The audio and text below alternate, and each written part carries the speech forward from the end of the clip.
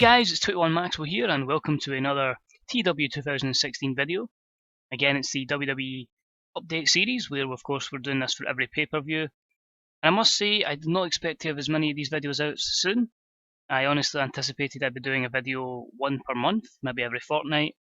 But it's a good sign that the save's been very addictive so far. I've been powering show after show, getting from pay-per-view to pay-per-view. And the fact at the time of recording this, the game's been out a matter of 10 days and I'm already got money in the bank. So kudos to Adam Ryland for making such a very addictive game. And the Flash for the absolutely top-notch converted database that he has made. As long as it's kind of accurate, as long as I'm getting to use the guys I want to use, I'm more than happy to play it. So, as per usual, I'll explain the storylines as we go along. A few things have changed since the last time you joined us, which was of course Extreme Rules. Big decision in who was going to win Money in the Bank. As you can see there, Cesaro, Ambrose, Ziggler, Neville, Del Rio and Sheamus will take part. But really, keep my decision with a little bit of long-term booking regarding the winner of that. And just hope you enjoy the show I'm about to put together. And yeah, we're making money, we're gaining size, we are pretty much on the up as the WWE, and hopefully I can try a few things as well. I will say it was mentioned by Leggett to try a potential series or show where I can get a couple of wrestlers from each company. I do have a lot of guys brought in development, like my development is stacked with folk brought in. I've got an alliance with Ring of Honor. So if I can find out how I can get the proper show on television without losing us any pop, I may go ahead and try and do that series. He recommended it to me. If I can work it the right way, I'll try and get that done. But that might be a little bit down the line, maybe a month or two down the line in real lifetime. Just depending how much money I can get in the bank. Because if I get a lot of money in the bank in this game, then we could be looking at a WWE network. So, from blathering on about that, let's carry on with the show. WWE Money in the Bank, we're in the Mid-Atlantic region. Let's go. So 31,018 have joined the Joan C. Edwards Stadium. I believe that's West Virginia, if my geography is correct. Decided to start this show with just a hype video for Roman Reigns versus AJ Styles. You always get these kind of feuds built up with your opening vignette before you cut to the announce team. Obviously, you have your pyro as well. Due to the angles I've got, I just felt this was a good way to start the show. So B+87, pretty good there between Reigns and AJ. The angle got the show off to a strong start, got the crowd hotter, and it continues their storyline, which probably will come to an end at the end of tonight. There are no worker improvements with that, and just a negative for being short. Our opening contest of the evening in a decent match, Finn Balor defeats Sami Zayn and Rusev in 14:27, when Finn Balor defeated Rusev by pinfall with a flying double knee stomp. Or just flying double stomp, sorry. B-72 is very good there, it got the crowd hotter. Sami Zayn with a 70 performance, Finn Balor 68 and Rusev 64. The initial storyline was, of course, Rusev and Ryback were attacking Sami Zayn. Sami Zayn got a friend to help him, which was, of course, Finn Balor. This is very reminiscent to the Ascension versus Hideo Itami.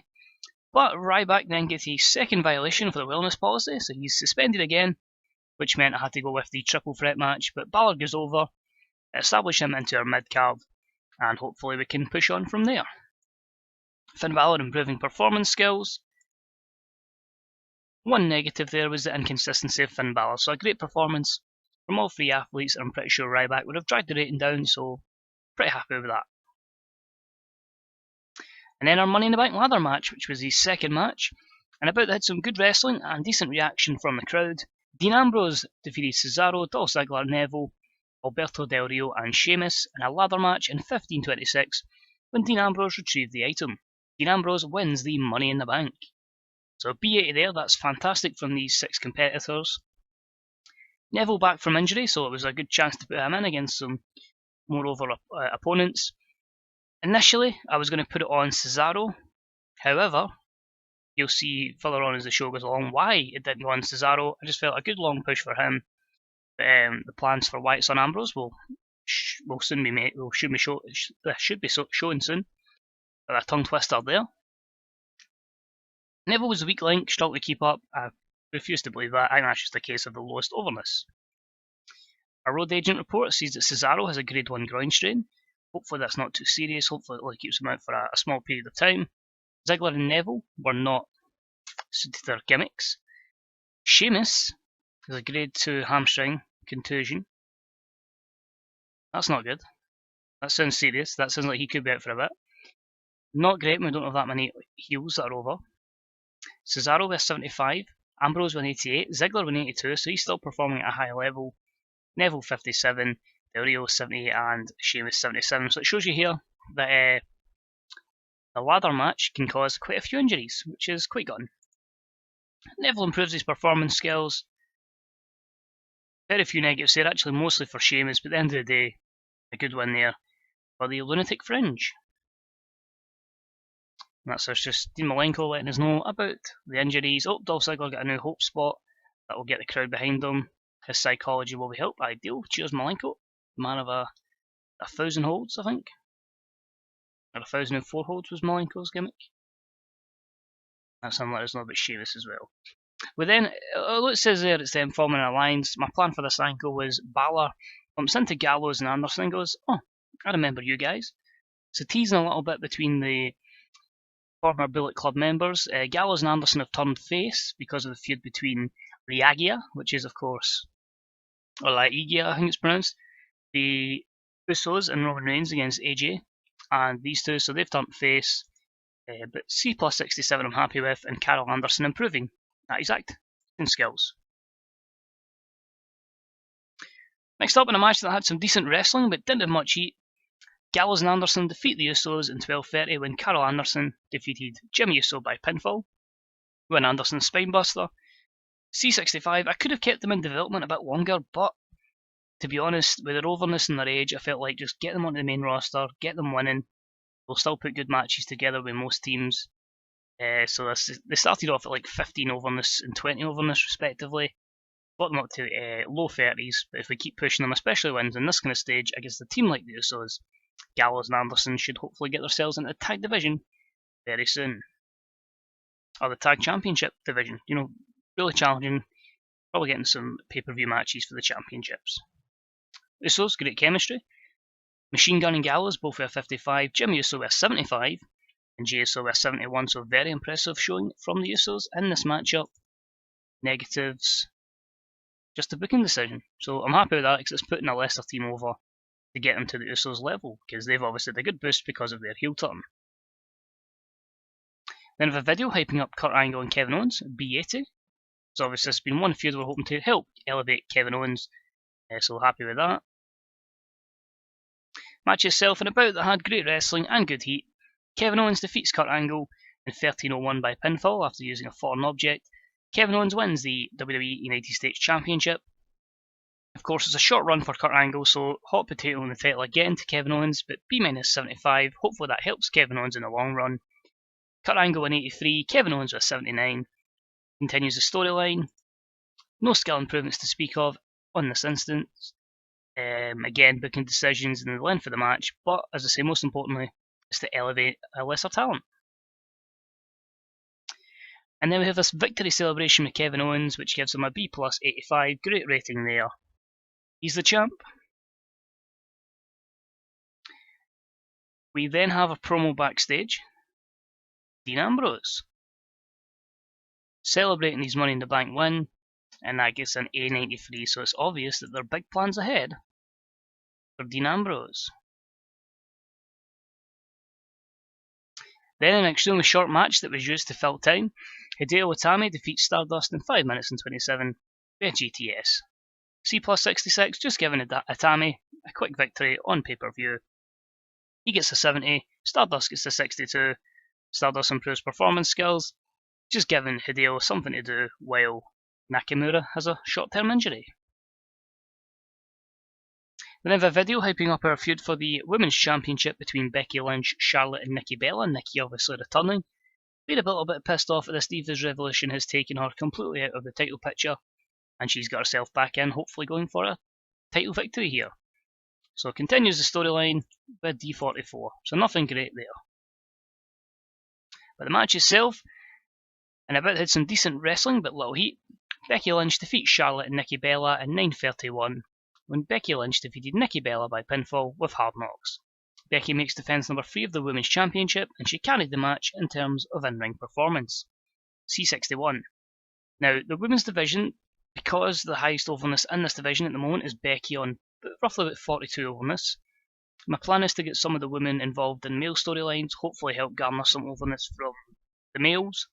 So some of the main eventers, which are like 70, 80 over. If the women themselves can get up to about 60, 70 over, can come back into the women's division, and then hopefully we can raise that to having basically our women's athletes as legitimate main eventers. That's the whole plan. It could be a long-term plan, might take a bit of time, but I'd love it if we could do that. So Becky with 64, Charlotte 54, Nikki 49. Nikki improves Rumble skills, but the last kicker remains champion on this instance. Becky then debuted a new comeback spot. Look at the crowd buzzing. Her psychology has been helped, so good on you, Becky Lynch. She's getting better and better, and proves why we should have put faith in her. Then, backstage, our Money in the Bank winner happens to bump into the WWE World Heavyweight Champion. It says they have a post-match there then in the text there, but really the aim of this segment was really just to say they bumped into each other backstage. You're the champ, Roman, but this guy has Money in the Bank, and they haven't really the confrontation since Reigns turned heel. So A90 there, you know it's a feud down the line. Performance of Ambrose was good. Roman Reigns came across well. Great rating, believe that. Next up, in a decent match, Bray Wyatt defeated The Miz in 12-18 when The Miz was disqualified when Damien Sandow ran in and attacked Bray Wyatt. This was for the IC title of The Miz. B-73. Basically, Damien Sandow and Alex Riley were chasing up to be The Miz's stunt doubles again, or partners again, to relaunch their careers. I'm still waiting on Luke Harper coming back from injury. Eric Rowan's been doing nothing. Braun Strowman's just in development, getting better. So, nothing great here. 72 for Wyatt, 63 for The Miz. Wyatt and Sandow are not suited to their gimmicks, but I don't want to put the title really on Bray Wyatt just yet, or if I'm going to even. I'm still on the fence with what I'm going to do with Bray Wyatt, so watch this space. And basically after the match, it just says that Damien Sandow and The Miz beat Bray Wyatt down. So C-56. Bray Wyatt came across well. A couple of things boosted the segment, a couple of things knocked it. Whether we just go with the 2-on-1 situation, or if we bring back Eric Rowan, or we just wait till the Wyatt family are back and they just destroy The Miz. I'm sure that would get good views in real life, if that happened. Next up, we then have AJ Styles with Carl Anderson and Luke Gallows. He's kind of thinking, yeah, you spoke to Finn Balor, but this is my club. What a name that is as well, the club. So just a little segment there, which hopefully, because they're interacting with AJ Styles, can get the overness of Machine Gun and Gallows as well. So B-72 there. AJ Styles was good, and the announcing quality lifted the segment. Then we've got a promo from the New Day. The New Day and the Dudley storyline continues because it's them slagging off the Dudleys in a B-73. So good promo from them as we continue to get behind their WWE World Tag Team Champions. And then about they had good wrestling and decent reaction from the crowd. The New Day defeated the Dudley Boys in 10-25 when Big E defeated Devon by pinfall with a big ending.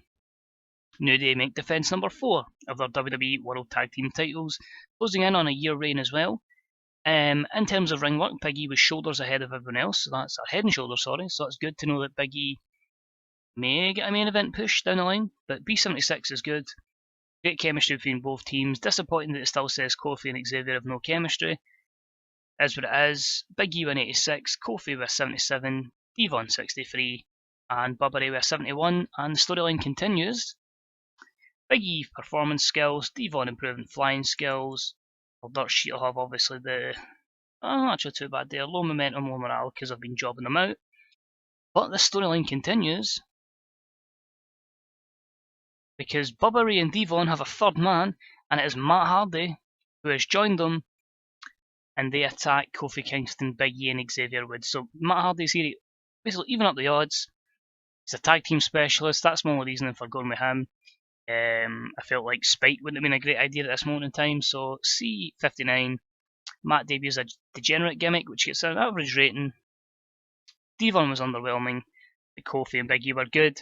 Basically just try to bring as many veteran talents to help put over our other stars. So nothing really there to speak of, but that's decent. It's Matt Hardy debuting. Whether we get Jeff just remains to see with his contract status. Next up, we've got John Cena hyping up his upcoming match with Chris Jericho. This will end the feud. Basically, they were meant to have that match at Extreme Rules, but Jericho got injured, so B plus 87 here. Cena comes out looking great, and no complaints. And the match itself, big match. John defeats Chris Jericho in a bout that had fantastic heat and great wrestling in 15 minutes and 20 with the AA. Well, Cena wins. Which I have to do because it says he should be my figurehead. I haven't officially made him my figurehead due to his declining physical ability, but we'll keep him on top of that game while we can. B81, Cena win 91. Jericho had an in-ring performance of 69. The segment also meant that the storyline continued and then ended. So I just decided to end out this feud. Jericho will then go and work with our younger talents, and Cena will remain near the main event. No skill improvements, and most of the negatives there are for both men declining physical ability, holding back of Jericho, inconsistency, and a poor gimmick. Then we've got a promo with Roman Reigns hyping up this match with AJ Styles, which gets an A89.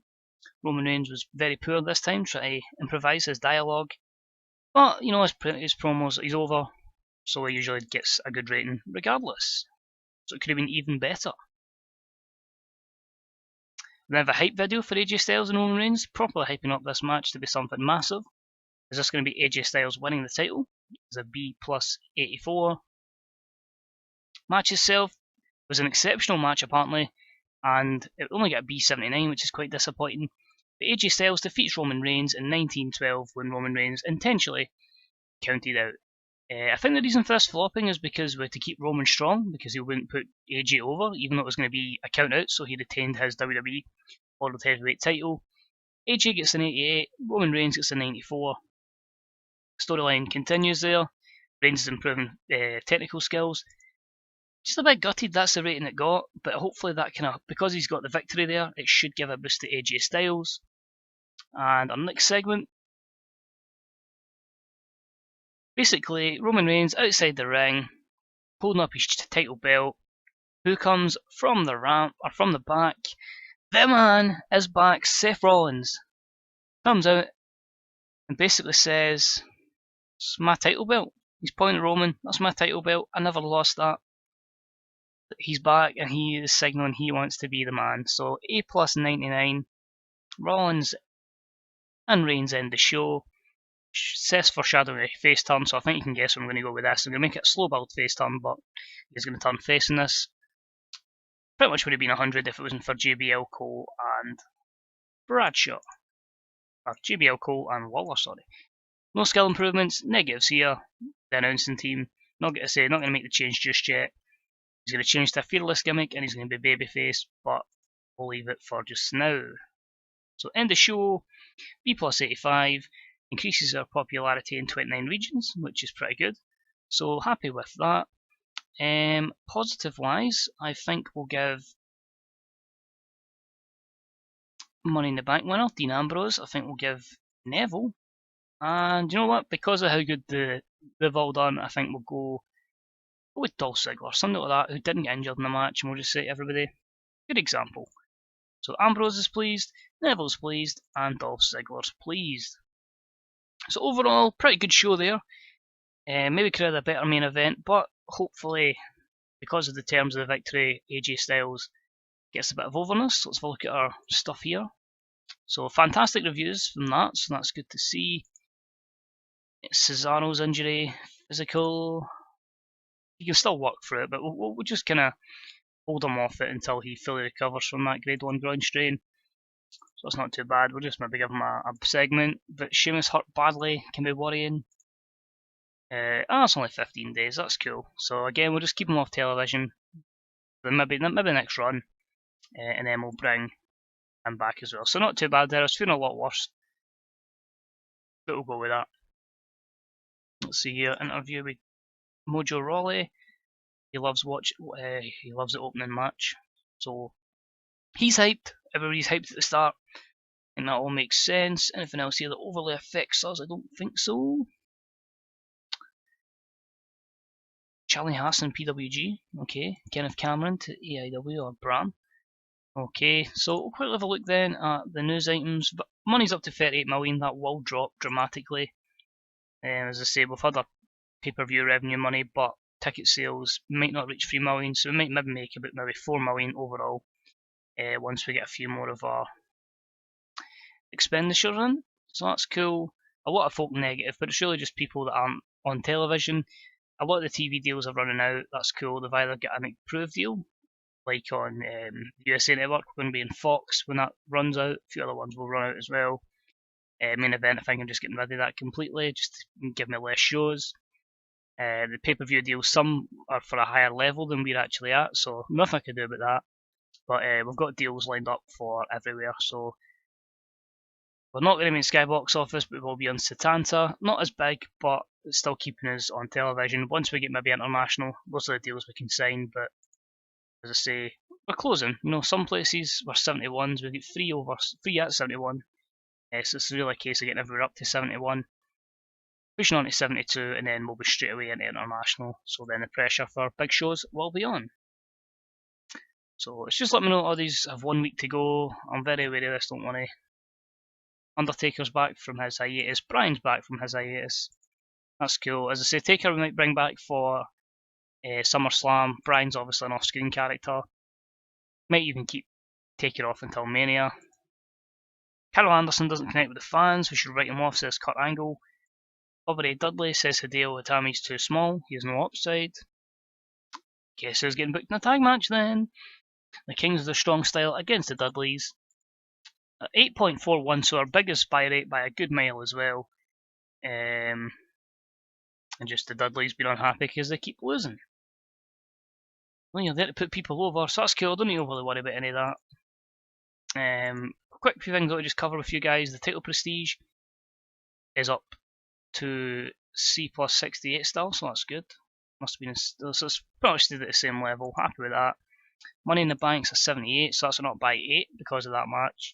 Of course, that's just going to be once a year, so that won't be about until next year. C plus 70 for Kevin Owens, so that's dropped by 1 because Kevin Owens has it. Kevin Owens is now sitting at between 73 and 77 overness, depending on where. But if you track his progress, you'll see that's a steady increase from 65. He even dropped to 61s. So overall, he's up by roughly about 10. So I'm happy with that. That's a good increase for Kevin Owens. Women's Championship remains at a C-55 on Becky. The World Heavyweight Championship is a B78, so Roman is dropping the prestige by 7 on the title. Do we need to give the title back to Big Match John? Or the man, Seth Rollins, to get the prestige back up? So that's maybe a bit of a worry. And your tag titles up to 68 C+, so good on the New Day. I do anticipate they'll probably lose the titles soon. So what we can do, a few other things we'll look at. A couple of guys in their overness. AJ Styles, holy fuck, has increased a whole shit ton with that victory. But AJ Styles, right, because obviously that's the first time I'm looking at AJ Styles was at 77 before this match. AJ Styles is literally up round one there. AJ Styles has grew from a 65 to 70 to 76 to 87s, 86s. So he's basically gained 10 pop for that victory over Roman Reigns via countout. That feud has worked wonders for getting AJ Styles to the level I wanted to get him to. So delighted with that. Becky's still remaining at 44s and 45s. So as I say, we're going to start bringing some of the women. I'm trying my best to refuse to call them divas now. Some of the women to the male storylines to try and get the overness over to maybe 70s, 80s, just to help the division. Big E's at 66, 67, so he's continued to improve, but he's still at that level. Cesaro's up a little bit to 62s. Jericho probably a major drop. 77's not too bad. Just trying to find a few guys here that really been interest. Ziggler at the 70s. Finn Balor 59. So again, has he had much of an improvement since he's joined us? He's not by 9, so that's not too bad. It's decent, 9, 7ish over a certain period of time. Itami up to 55, so he was 50 going into this, so a good victory for him. Saw him go up from 35 over to 55, so a good increase there of 20. So slow pushes, but gets these guys more so to the Intercontinental or the US level and breaking the tag teams. Usos have dropped a little bit. Machine Gun, they've gained up to 40, so as you can see with Machine Gun especially, what his popularity started as low as 15 in US, didn't really improve because he was in NXT, brought him up to the main roster, we've got him up to 40, so that's a good increase on him. Gallows, I'm assuming, be the same, say Owens we've covered. Kurt Angle's still really over, so that's good there. Gallows, yep, same, 43s, 42s. Anyone else we can particularly look at? Neville, 48, so that's decent. It's decent. Roman Reigns, the feud has actually elevated both of them, so I'm absolutely delighted with this feud. Roman Reigns started at 77, got him up to 88s. So he's got A's everywhere in the US and Canada. So Roman Reigns is actually the guy. Roman Reigns is actually over. It just took a heel turn. Who knew WWE? Who knew it was all it was going to take was a heel turn? So delighted with that. Rusev, 53, so I might need to build Rusev back up a little bit. I think he may actually have dropped a little bit. Yep, drops to 69. So defeats to Balor and Zayn really hampered him. So I think we'll put him on a winning streak. Try and get him back up, because he's only 30, so we can get a good 6-7 years out of him. Sami Zayn, 58. Samoa Joe, 57 over this roughly. Sasha Banks is someone. 41's again, someone we want to try and get to the bigger level. That one segment with Seth Rollins has got him up by 2 or 3 overness in some places. Sheamus is struggling as well. Shinsuke got to 36, which again looks terrible, but he's been injured for a little bit and he joined, he was on like 20. So small progress with Shinsuke, but we'll get him up there as well. My user character Shane is only at 50 so far, or just under 50. So that's disappointing. I think the only one we can really say there might be improvements on. The Miz, 60, and he started at 63, so he's down a little bit. So some losing, some major gains, but overall just making sure some people are over, some aren't. Have a quick look at our creative meeting. So top guys in the company, Cena, AJ, Kurt Angle, Dean Ambrose and Dolph Ziggler. No idea why Roman Reigns doesn't feature on that, but that's what it is. Next big thing is Paige. As you can see why I want to put a big storyline on Paige to get her over. Hot prospects, Paige, Neville, Becky Lynch, Xavier Woods and Sasha Banks. Because the women tend to be younger, there tends to be a lot more of them on here, but give them the best opportunity. Because Roman Reigns was unhappy with St. Dwayne, so he'll appear and do a couple of things at Mania and whatnot. So Dwayne Johnson, Cena, Triple H, Dean Ambrose and Paul Heyman. Don't have anything for Paul Heyman. Might need to bring Brock back for that, or maybe give him a Paul Heyman guy or girl down the line. These are top mic workers. The showstoppers, AJ Styles, Dolph Ziggler, Dean Ambrose, Kofi Kingston, Seth Rollins, Ring Generals, Styles, Nakamura, Ziggler, Ambrose and Del Rio. Who's hot? Becky Lynch, Charlotte, John Cena, Cesaro and Hideo, so you can definitely see him putting a lot of faith in our women's division, and 2 of the 3 women in the feud are our 2, on the 2 biggest waves of momentum effectively, I'm sorry. So, our negatives are Tamina, Goldust, Titus, Curtis Axel and Naomi, so we know who I'm jobbing out. And the hidden gems continue to be Jesse White, Tiger Raj Singh, Joey Ryan, Ken Doan, and Ryan Nemeth. So all going interestingly there. Not going to really show the titles or that because I'll just let them do what they want in NXT. Made a lot of signings. AR Fox is in, Angelico's in, Adam Cole is in, got a guy called Akuma. Who else have we signed? Obviously I've put Alicia Fox back down. Angel Williams is in. Madison Rayne, just signed Austin Aries and put him down. I'll give him an opportunity in the main roster as well since he's there in real life. Who have we got that's new? Bo Dallas is back down here. Signed Candice LeRae. Got her down here working. Might give her a push in the main roster as well. Once there's space, Chris Mardesky, aka Chris Masters. Christina Von Eerie's here. Crazy Mary Dobson. Dalton Castle. Davina Fly. Drew Galloway. So I've just brought so many guys in. Eric Rowan's back down in development. Sorry, I thought I'd give him a chance when Strowman's ready. We'll just bring the 2 of them up, or when Harper's back. Hikaru Shida's in here, 27-year-old Japanese wrestler. We get her over, I'm pretty sure she's got the skills to go to the next level. Joe Coffey's down here. Johnny Gargano, brought back Caitlyn, brought back Callie Perez as this NXT Season 3 with a woman. Now, giving them a proper opportunity this time to develop. At 30 and 29, they both have an opportunity. But talking of world-class talents, we have Kushida. I thought, why not bring Kushida, get him over as possible in NXT, get his skills maxed out, and we will give him a push to the moon. Lana's down developing. James Storm getting an opportunity to Lance Storm, an opportunity to train. So that's the plan here. Is he's hopefully going to get these young workers over and over. Who else we got? That's a decent name. Trouble. He's back in development. The former Derek Bateman, EC3. If we do push him in the main roster, will not be Derek Bateman. We'll probably keep the Ethan gimmick. Of course, Nikki Storm. TMDK, they're here because really they should have been in with this data, but I just decided to sign them anyway. Intigon Jr., give him an opportunity. So realistic this save. Of course, Phil Shatter, aka Gunner. I had to think what his name was. I'm like, what's his name again? Gunner Murphy, so it was Gunner.